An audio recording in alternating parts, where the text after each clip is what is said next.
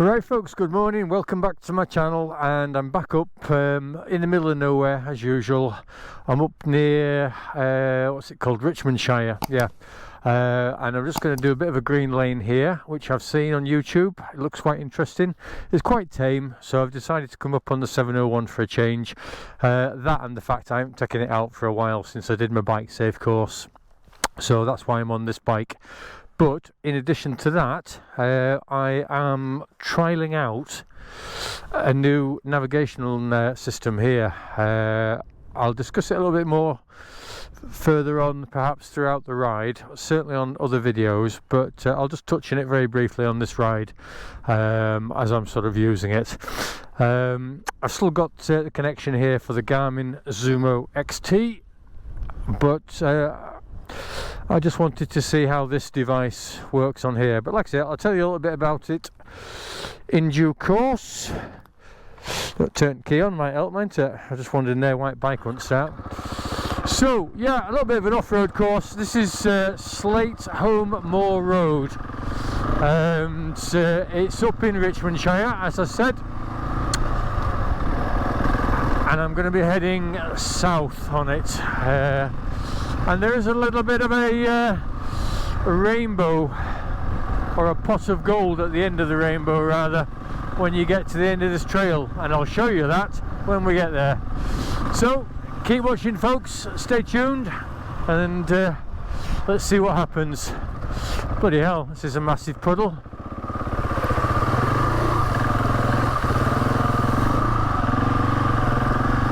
That's probably the deepest puddle I've ever gone through, that.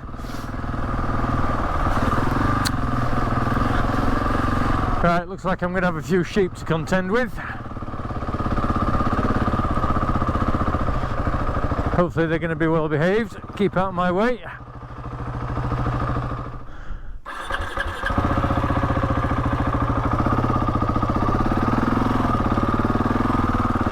Come on, little sheep.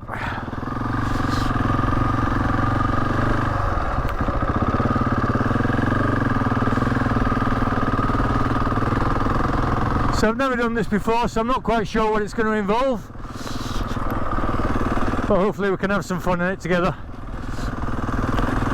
Looks a bit waterlogged in places.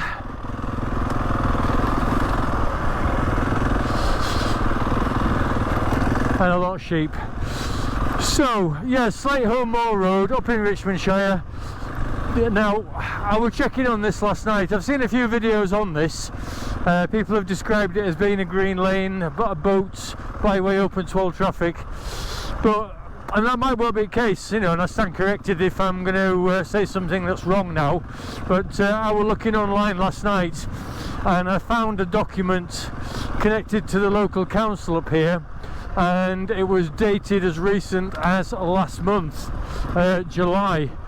And it did actually say that this road has no legal status. So it's not classed as a road, it's not classed as a byway, a bridle path or anything. It has no legal status. Now again, I might be wrong on that, or whoever created this document could be ill-informed and perhaps not identified it correctly. I'm not too sure about that. However, it would appear that there's some conflab going on at the moment between a couple of councils, North Yorkshire Council and possibly whichever other council is at the other end of the trail, where they are debating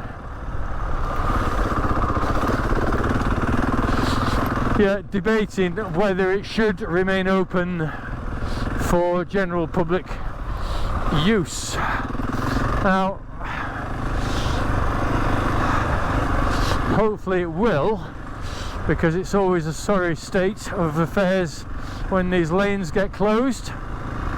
It did say in this document that this road, and I'm using that term loosely, this road, this track, whatever you want to call it, has existed for centuries, and people on all forms of transport have used it for centuries, you know, walking it, horseback, then obviously more recently cycling, and I don't know whether four-wheeled vehicles are allowed, although I presume they are actually, because I saw some document as well that said that some local councillor had been using this route in his Land Rover since he moved into the area in 1986. So we can only assume that if they're doing that, there's a fair assumption that it is accessible by 4x4s as well. There is a double gate system on each end. Bikes at the moment can just get around them, no problems, but there's a second gate on which is padlocked. So I presume locals or people with any sort of lawful reason to use the route would have details of how to unlock it, because it was like a combination lock. I had a look at that, being nosy as I am. So that off to the right there, that's a bridle path, I think, but it also says no entry private road anyway, so can't go down there.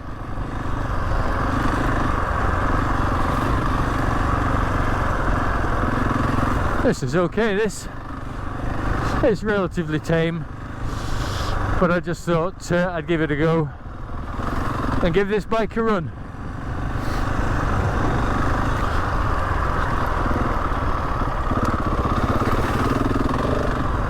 You never know how deep some of these puddles are, do you, until you've committed.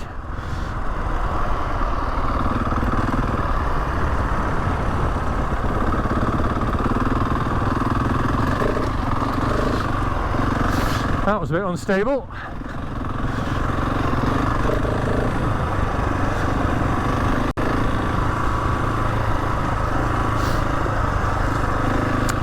So yeah, if anybody knows anything about the current state of play or what people's intentions are, the local council's intentions are with this route, by all means get in touch with me, leave a comment down below or drop me an email, because it would be a shame if it gets closed.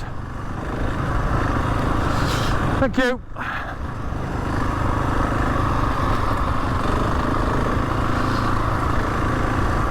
Quite a few loose stones here.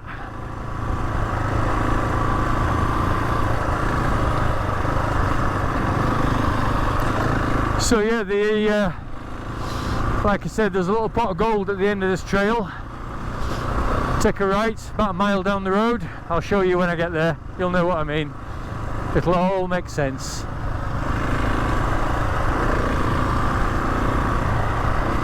Yeah, I'm quite enjoying this.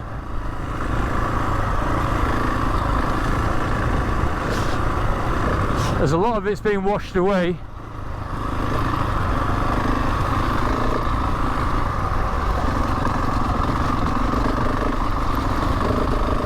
Like there. Bloody hell, that were a bit twitchy.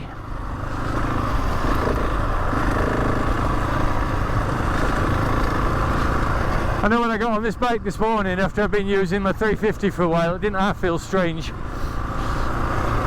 Pegs seemed a lot higher, everything. It was a bit weird, but you soon get settled down to it. It was quite nice once I got moving on the road on it. Certainly more refined and smoother than my 350, because obviously that's not designed, is it really, for road use? Not over any significant great distance anyway.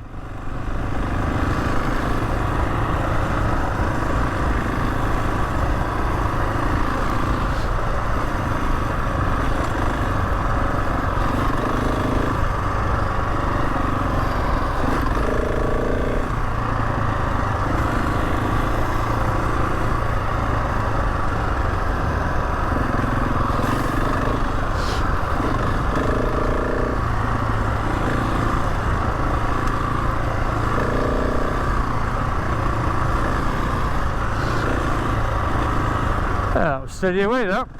I think we're coming up towards the end here. I might just stop here and take a picture of the bike and get a thumbnail for the video.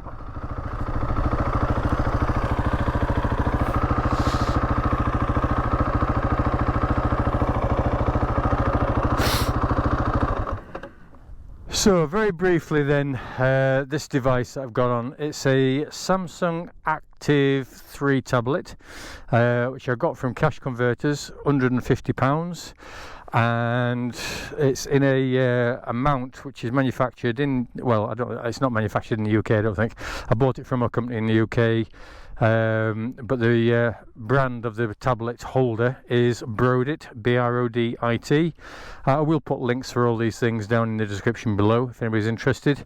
But yeah, the holder, it is lockable, albeit a bit flimsy, but nevertheless it served its purpose, and it would prevent somebody just whipping the tablet out. So the holder was 89 quid.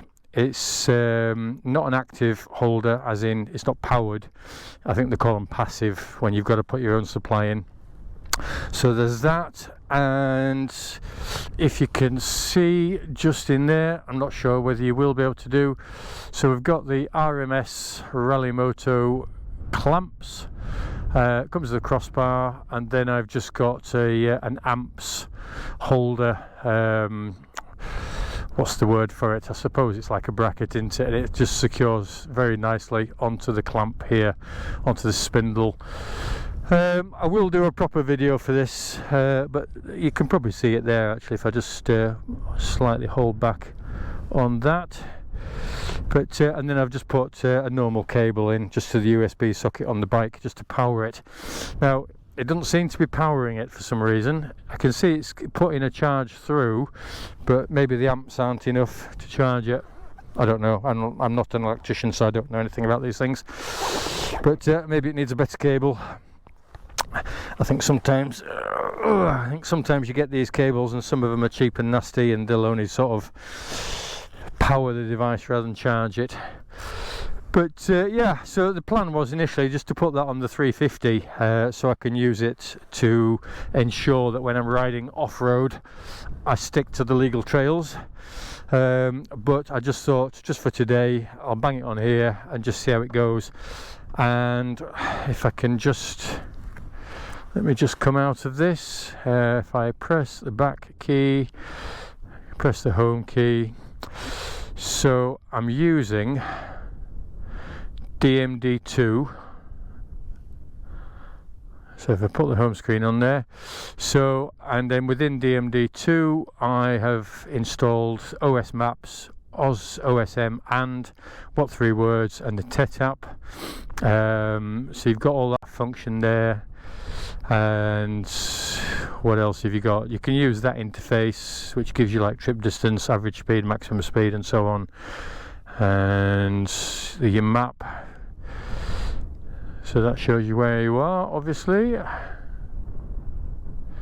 you can zoom in, and the detail's quite good.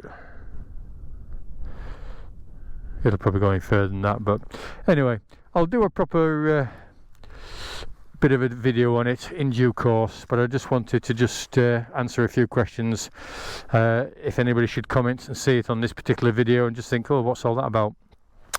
So yeah, there we go. Right, as I said, I'll give you more info on that in due course. Meanwhile, let's crack on with this trail, which I think is going to end somewhere around here anyway.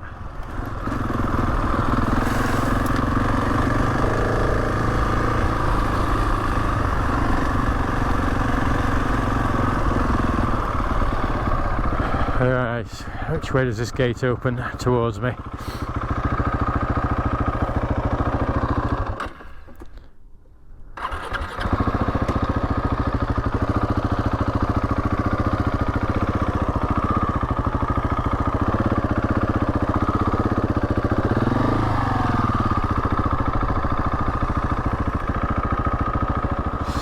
Yeah, so one of the main immediate obvious drawbacks for this is that you can't see without sort of just tilting your head slightly what gear you're in.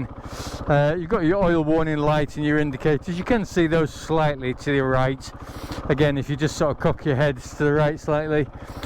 Speed wise, obviously you've got speed that will come up on here like so. That's one of the interfaces. What's the other one? I think it's, that's your maps. Yeah, so you've got your speed there, top left, and various other bits of information. But if you just click on the speedo itself, it gives it a slightly different interface, a bit larger.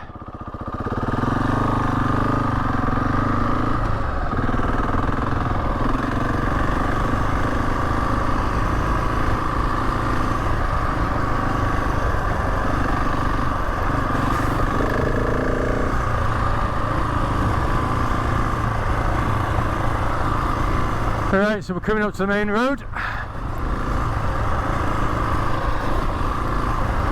I'll leave the video running anyway, just for a few more moments, and you'll just see what I mean about where we're going to finish. A lot of sheep on here.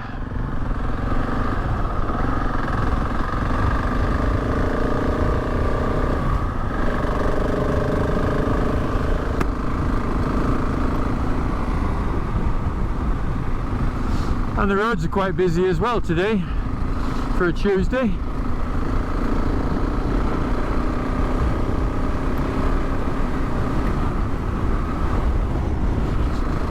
So like there now, I can see I'm in 5th gear, but I've just got to cock my head ever so slightly. Not a major big deal.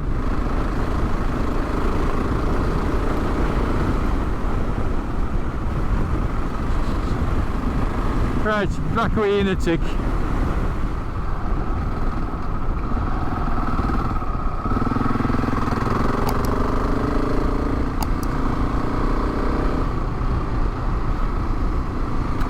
And here we go, the pot of gold at the end of the rainbow. The rainbow being the trail, and the pot of gold being the Tan Hill Inn. A sight for sore eyes. Now I'm just going to call in here, get myself a drink and a bite to eat, and then eventually head off home. So thanks very much for watching, folks. Hope you've enjoyed that. If you have, please give us a thumbs up, leave a comment down below, and subscribe if you like the type of videos that I do. Right guys, I'll catch up with you all next week on my next video. Ta-da for now.